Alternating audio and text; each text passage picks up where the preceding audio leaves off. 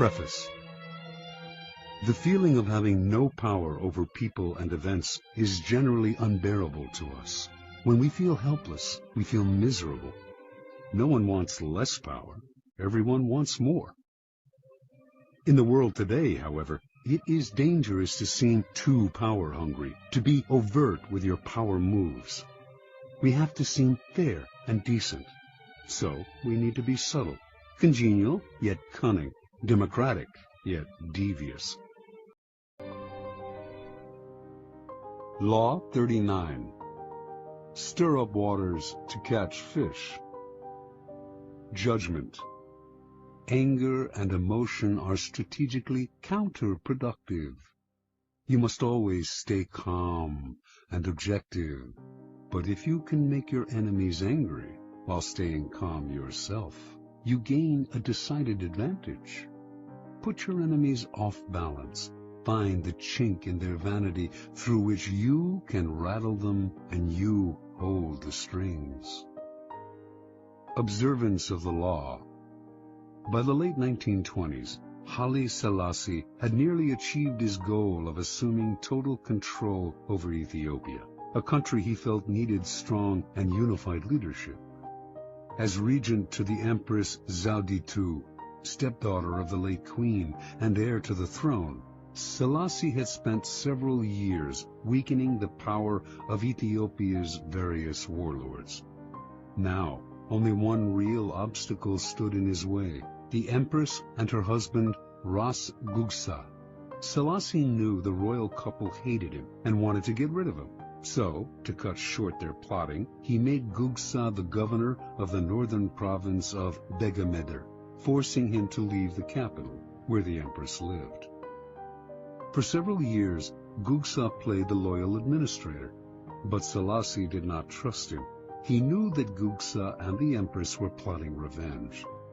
As time passed, and Gugsa made no move, the chances of a plot only increased. Selassie knew what he had to do: draw Gugsa out, get under his skin, and push him into action before he was ready. For several years, a northern tribe, the Azibu Galas, had been in virtual rebellion against the throne, robbing and pillaging local villages and refusing to pay taxes. Selassie had done nothing to stop them, letting them grow stronger. Finally, in 1929, he ordered Ras Gugsa to lead an army against these disobedient tribesmen. Gugsa agreed, but inwardly he seethed.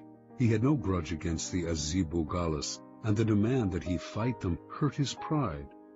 He could not disobey the order, but as he worked to put together an army, he began to spread an ugly rumor that Selassie was in cahoots with the Pope and planned to convert the country to Roman Catholicism and make it a colony of Italy.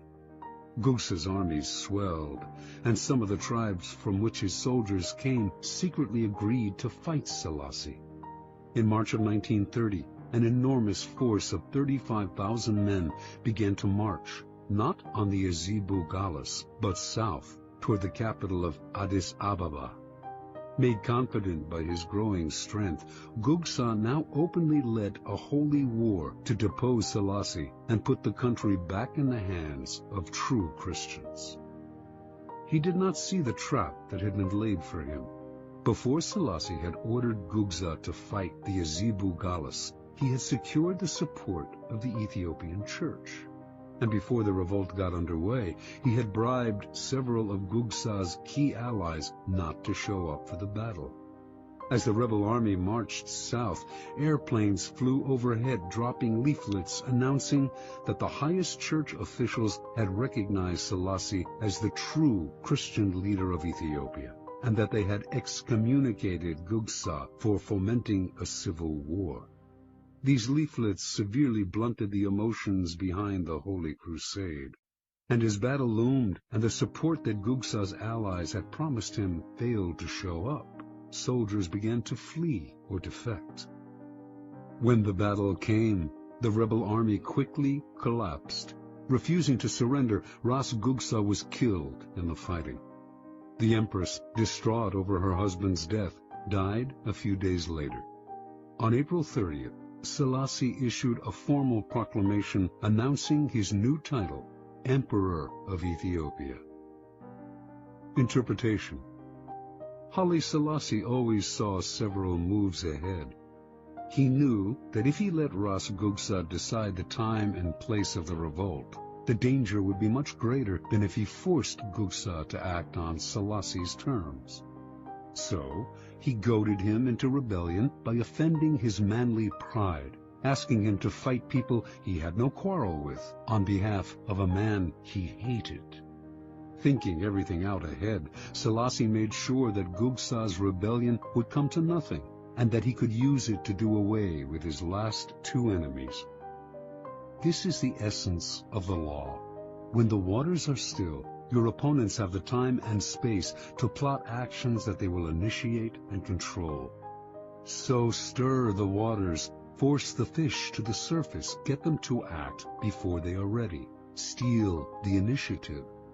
The best way to do this is to play on uncontrollable emotions: pride, vanity, love, hate. Once the water is stirred up, the little fish cannot help but rise to the bait. The angrier they become, the less control they have, and finally they are caught in the whirlpool you have made, and they drown.